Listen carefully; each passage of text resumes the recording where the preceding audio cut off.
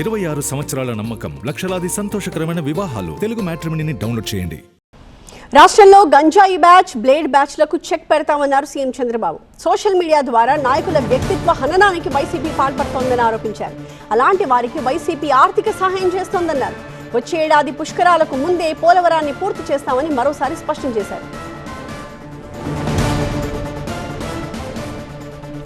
ఇప్పటికి 89% పనులు పూర్తయినాయి.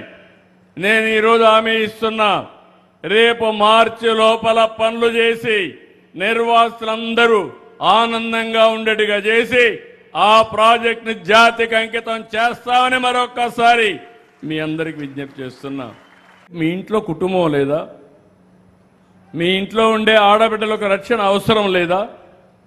అంటే ఏమనుకుంటున్నారు మీరు? వీళ్ళు ఇక్కడ ఉండరు, ఎక్కడో ఉంటారు. యూట్యూబ్ కానీ, ఇన్స్టాగ్రామ్ కానీ, ట్విట్టర్ కానీ ఇలాంటి అనేక వేదికలు పెట్టుకొని ఇష్టానుసారంగా తప్పుడు వార్తలు వీళ్ళు మాట్లాడే పరిస్థితికి వస్తారు. వాళ్ళకు ఫైనాన్స్ చేస్తారు. మీరు కూడా గుర్తుపెట్టుకోవాలి. నేను ఎన్నోసార్లు మీకు ఒక మాట చెప్పాను, ఈ యొక్క గంజాయి ఇది మాత్రం అన్ని నేను కంట్రోల్ చేస్తాను కానీ కొంచెం టైం పడుతుందని. 25% వర్షపాతం తక్కువ పడింది. గోదావరి ఇప్పటి వరకు బ్రహ్మాండంగా ప్రవహించవలసిన గోదావరి నీళ్లు రాని పరిస్థితి. కృష్ణ ఇప్పటికే పరవళ్లు తొక్కవలసిన కృష్ణ నీళ్లు రాని పరిస్థితి.